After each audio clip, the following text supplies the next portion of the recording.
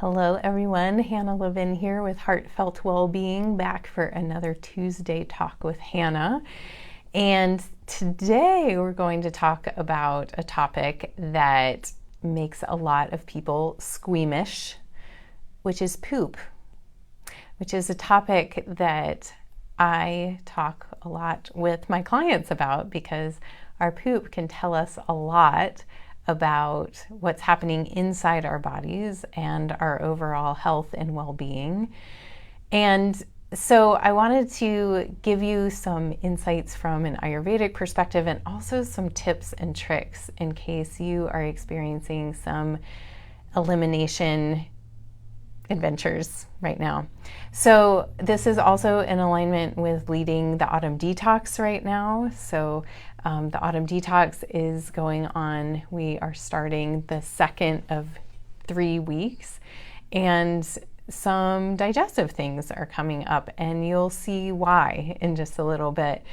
So even when we detox, pooping is one of the best ways to move things out of our systems that we don't want in there. And you can see why in just a little bit this might become challenged over the course of intentionally detoxing or removing gunk from the system. So I have some notes here. I have some notes that I've written, so I'll be looking down, and then I also have some notes on my computer, so I'll be looking down here. So just so you know, that's what's happening if I'm like looking off in different places.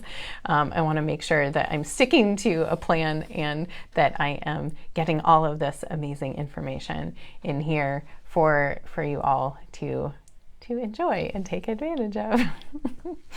So our elimination tells us a lot about what is happening inside, as I just mentioned before. So from an Ayurvedic perspective, the digestive tract is seen as a snake, and the mouth, specifically the tongue, is seen as the head of the snake. And then we have the body of the snake that goes down, winds around, does different things in the body. We have the stomach, the small intestine, the large intestine, the colon, and then we have the anus, which is seen as the tail of the snake. And what happens between the head and the tail, we don't know a whole lot. Like, we're not see-through beings, right? So we can't really see what's happening inside.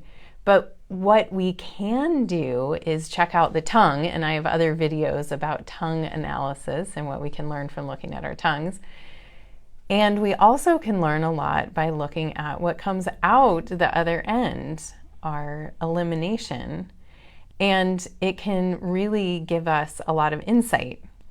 So one of the things that a lot of people don't know is that we want to have at least one complete bowel movement every day. This is something that I didn't know, ironically, until I started studying Ayurveda in my mid-30s.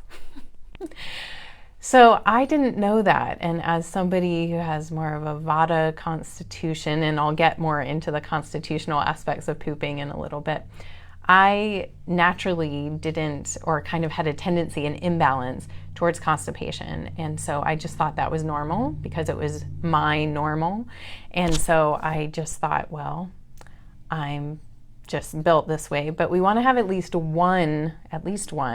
Some of you that are more Pitta predominant are going, one, I have several every day. Right. That's your constitution, right? So there's no set, other than having at least one complete bowel movement every day, there's no set amount of bowel movements that everybody is supposed to have. So if you hear certain people out there saying everybody should have a complete elimination after every meal, that's somebody that's Pitta predominant, that's thinking everybody else is Pitta predominant, and that's not fair to the rest of us. But we do want to have at least one full, complete bowel movement every day. So that might look like a foot to 18 inches of a poop. And ideally we want it to look like a ripe banana. So it's connected, it stays connected, it's soft, but it holds together. And the color can differ depending on your constitution and also depending on what you're eating. When we look at the components that go into making up a healthy digestive and elimination system, we want to look at these concepts of Agni and Ama. If you've been following me for a while, you are familiar with these words. Agni is your digestive fire, and it's our ability to break down and assimilate what we take in. So we have Agni in our minds and in our eyes, as well as in our digestive tract. For today, we're focusing just on the digestive Agni.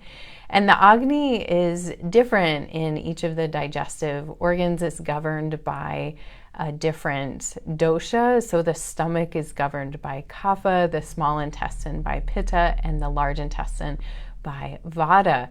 And so each of these digestive organs has a different type of Agni. So the stomach Agni is very different from like the colon Agni, we could say. And I'm not going to get into all the nitty-gritty there, but what we want to know is that we want to have healthy functioning Agni in our digestive system to be able to have health and well-being.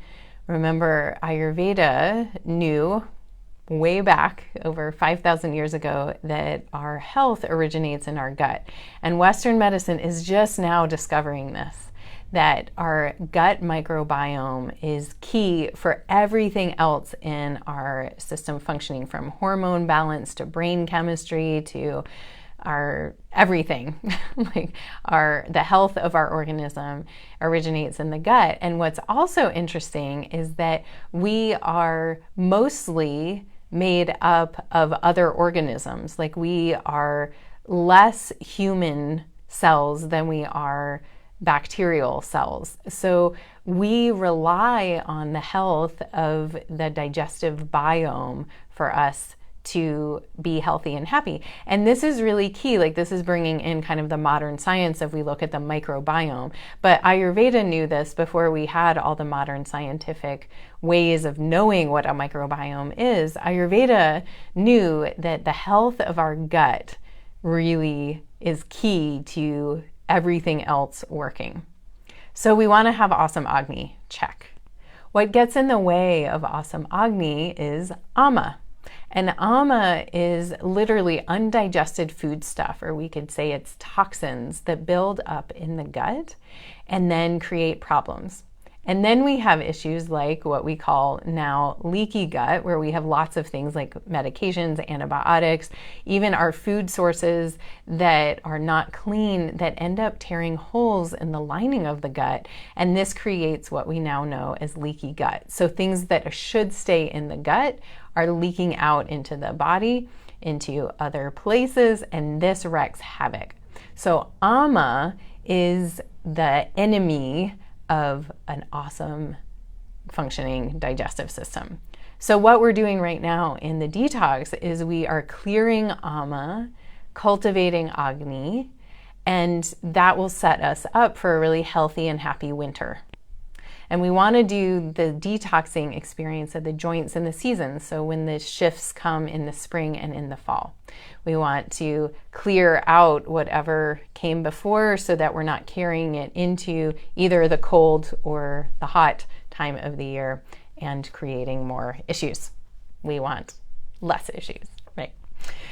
So one way that we can look at what our Ama load is coating on the tongue. So if you look in a mirror and stick out your tongue, you'll see maybe there's a coating on your tongue.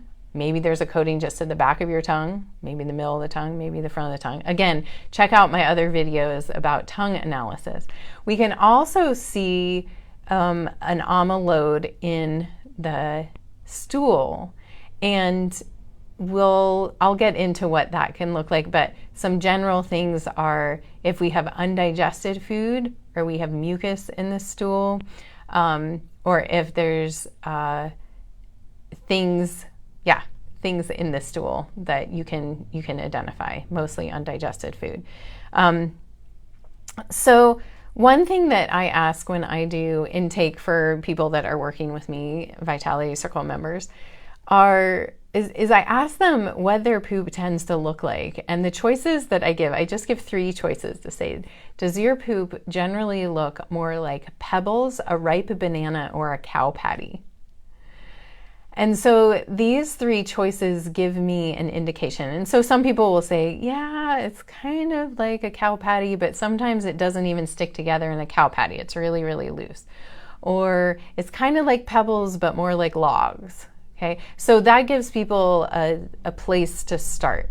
Ideally, as I mentioned before, we want to have a stool that's 12 to 18 inches long and looks like a ripe banana. Okay, but a lot of us don't have that ever, or very often, or definitely not all the time. So here's some things that we can look for, and some of you might be familiar with the Bristol stool chart. That's something you can look up if you're interested in looking at that, and it kind of looks at different types of stool. Okay, and so from the perspective of like me working with somebody, I'm looking to see if they tend towards constipation or towards diarrhea. And it's there are multiple types, especially of constipation. And so constipation would look like if you are not having a bowel movement every day. That's kind of like clear constipation, if you're not having at least one bowel movement every day. But it could also be if the bowel movements aren't complete, if they feel really sluggish. And so there's different doshas that can come into play with different digestive offset when it comes to constipation. So the qualities of dry and rough are one type of constipation. So this would be more like the pebbles type of stool. So there's not enough moisture in the digestive tract or in the diet to support having bulky and soft stools. So it ends up being hard and dry, more of these pebbles. So this is more a Vata type of constipation. And that shows up in missed bowel movement. So Vata type constipation can look a lot like you don't poop very often. And this was me a decade ago, but definitely for a couple decades prior to that. So it might look like you're having a bowel movement a couple times a week, that you have to strain to have a bowel movement, and that your what you produce is very dry and dense. So it's like pebbles, but they're very compacted. Yeah. So another type of constipation is Kapha type of constipation, which looks more like slow and congested elimination. So this shows up more like you might feel like your digestion's just moving really slow. You eat a meal, you feel like you have a rock in your stomach, and it's not moving through very quickly. So this can also look like a huge amount of stool, but you're not having an elimination very often.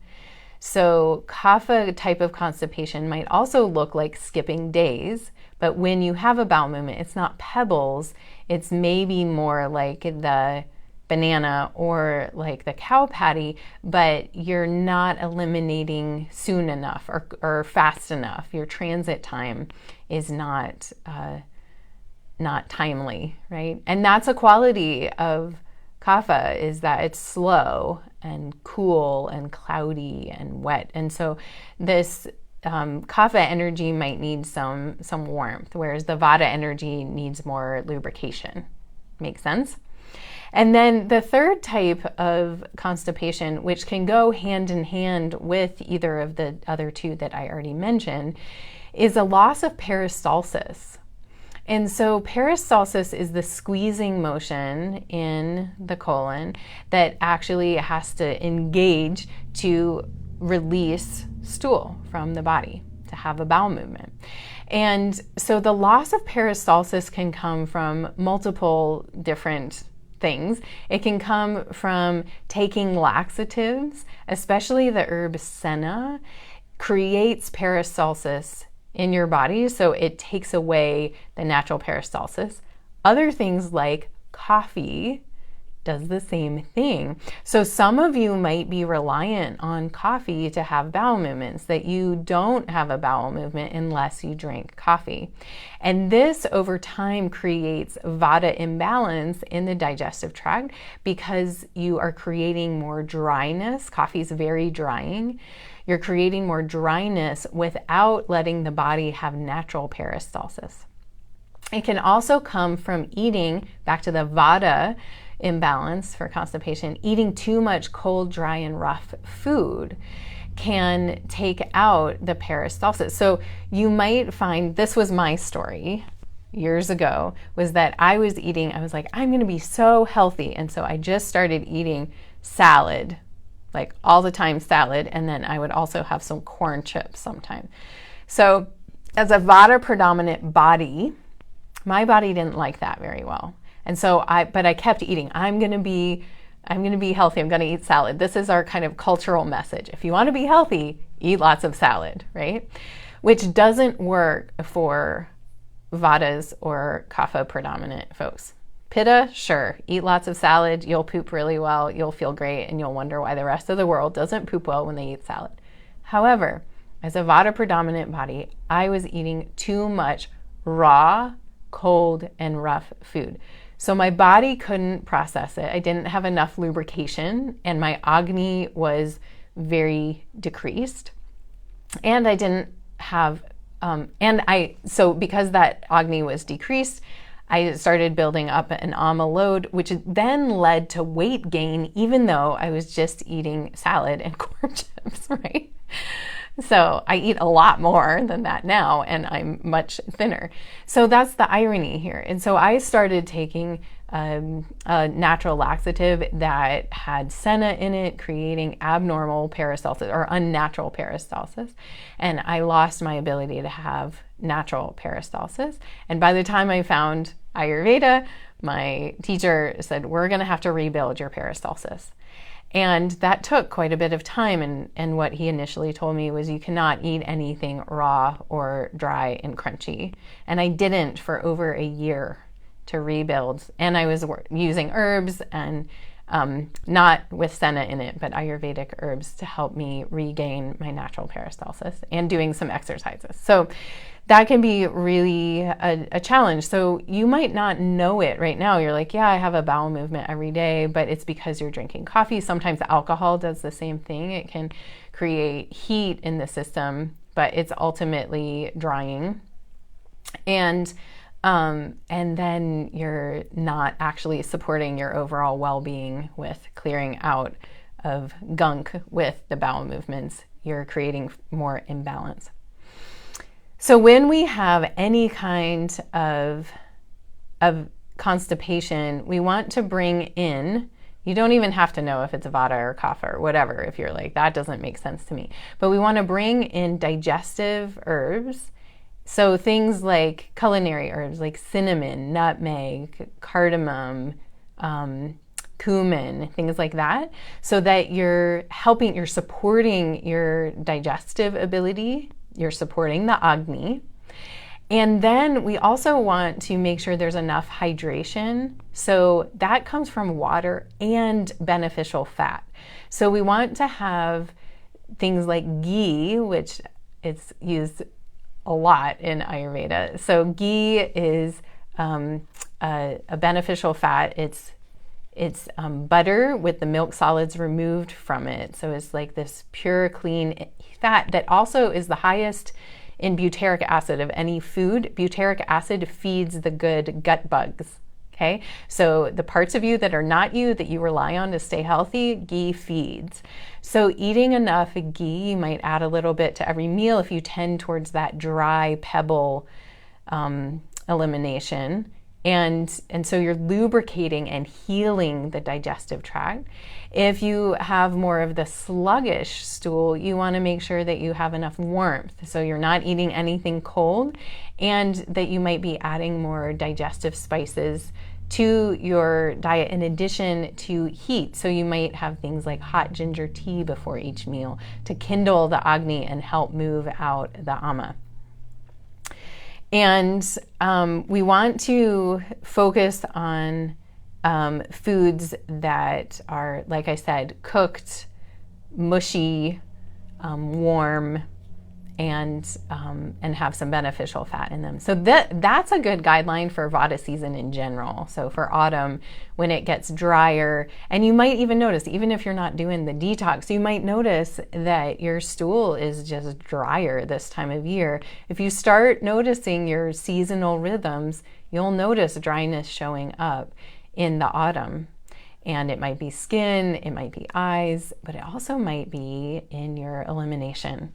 And so if that's the case, you want to bring in some support. So here are some supporting things you can do for constipation. So wake up and drink hot water until you poop. And so you might also add some lemon to that, or a little apple cider vinegar. Like, if you're doing a quart, you could try, start with a quart, and you might just drink like a cup or two of it, but you could add like a tablespoon of some lemon juice or apple cider vinegar. So take time each morning to sit on the toilet after drinking hot water. So even if it's not productive, you start gaining the routine of you drink water and then you poop. And this might be after a little while. Like, I drink my water, I meditate, and then I go to the bathroom and eliminate. So you can try sitting on the toilet after you've had your hot water, and doing a squat or laying down and hugging your knees into your chest before sitting on the toilet can also help. It brings in Apana Vayu, which is the downward moving energy.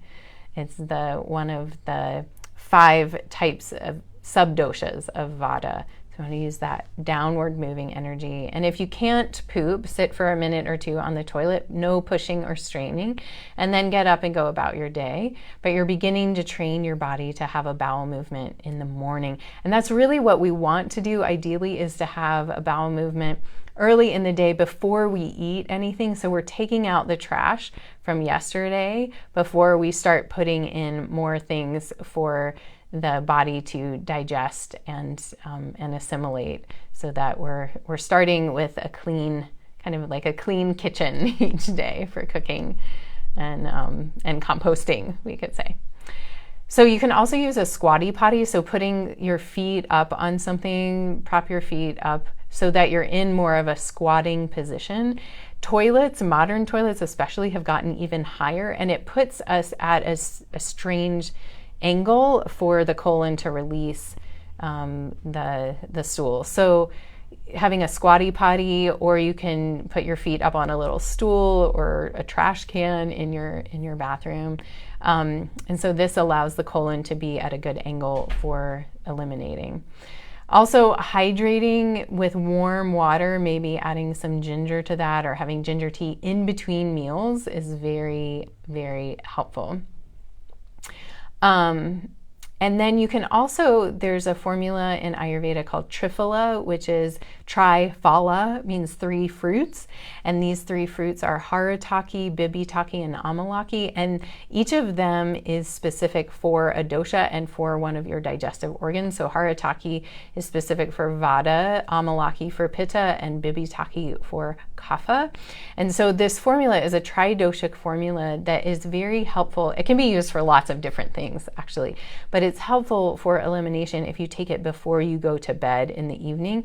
So we want to eat at least 3 hours before we go to bed, and then if we take a little Triphala before going to sleep, it's in our digestive system all alone while we're sleeping, and that can do great wonders towards really clearing out ama and also helping you have an awesome elimination the next day. So you can take Triphala. You could also take magnesium citrate. Some people do Calm, the powder that you can mix into water. You can also soak raisins in water overnight. So if you take 10 raisins, soak them in the water, and then in the morning drink the water that the raisins were in, and you can compost the raisins. That can also help you have a bowel movement. You can also do stewed prunes with ghee. So if you do prunes with like 6 prunes with a tablespoon of ghee with some water, and cook that down 20 or 30 minutes so that it creates stewed prunes, so they're kind of rehydrated and soft and they've got the ghee mixed in with them. And then you can eat 3 of those each morning before breakfast. That can also help bowel movements. If it's very severe and you need like to move things out, you can take 2 tablespoons of castor oil mixed into a cup of ginger tea and drink that, and you should have a bowel movement within a couple hours. You want to make sure that the castor oil is organic and hexane free to do that. And you also and you can do that before you go to bed too. The castor oil, the digestion slows down, and then usually that creates a bowel movement the next morning. And also, you might try eliminating grain, meat, and dairy, as well as any cold, dry, crunchy foods and raw, to see if they're kind of clogging up your main drain, and add more beneficial fats, as I mentioned before. All right. So those are some tips for if you struggle with having at least 1 bowel movement a day. So Vata constitutions will usually have 1 bowel movement a day. If they're healthy, ideally, you get at least one bowel movement a day. Pittas often have 2 to 4 bowel movements a day, totally normal for Pitta. And then Kaphas often have 1 to 2 bowel movements a day, a little larger and maybe feel a little more sluggish, but still moving through in that way. So that just gives you an idea if you know your predominant constitution, predominant dosha. So let's look at if you have loose stool or diarrhea tendencies. And this really shows too much heat in the system, but it can also show a depleted microbiome, as can constipation, honestly.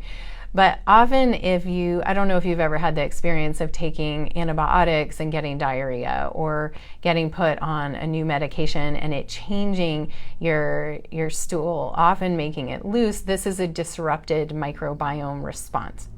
But it can also show up as there's too much heat in the system. So this can be too much acid. It can be from eating too much spicy, salty, or sour foods. And we can really do well to cool down the system. And so just avoiding spicy, sour, and salty foods can go a long way towards that.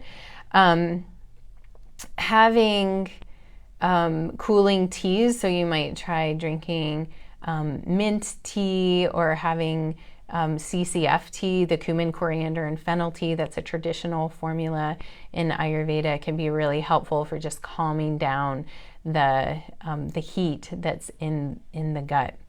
You can also drink some aloe juice. If you're having acid reflux, you can put a pinch of baking soda into the aloe juice. So you could do 2 tablespoons of aloe juice, or a 1/4 cup, depending on how severe your symptoms are. That will help cool and calm the digestive tract. Also reducing fermented foods. If you are eating ferments, that can be really helpful to cool down. And you can increase binding fiber, like you can take psyllium or flax and grind that up. You can take a tablespoon in some water. And a nice time to do that is in between lunch and dinner, just to kind of calm the system down and create a little binding. You can also eat a banana every day. That can be a helpful binder as well. And and I mentioned the aloe juice. Excellent. So another thing that we want to think about in terms of the digestive tract functioning properly, which then creates proper elimination, is this principle of spanda, of expansion and contraction. So expansion and contraction is a principle of life. We breathe. Inhale, expansion, exhale, contraction. The day is expansion, night is contraction. Summer, expansion, winter, contraction. Life, expansion, or birth, expansion, death, contraction. This is a principle for us. We also need to experience spanda in our digestive tract. So when we eat a meal, we want to fully receive that meal and then let it fully digest. So we want to expand with the meal and then contract. And having that space in between, at least 3 to 4 hours in between food intake, is really key, because that's the time when the body does its work. If we're always digesting, that energy that could go elsewhere for cellular repair or healthy gut microbiome support gets distracted and pulled in for digestive strength. It takes a lot of energy to digest food.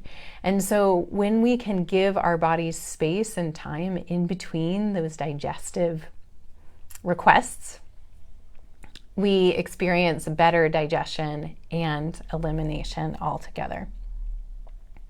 So I hope that you feel like you've gained some insights into this subject that a lot of people don't want to talk about.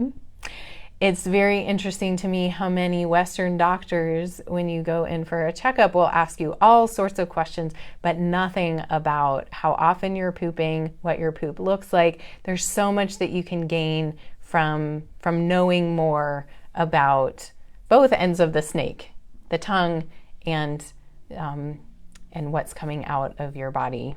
So I hope that you have healthy poops, healthy, happy poops, and feel free to let me know if you try anything here.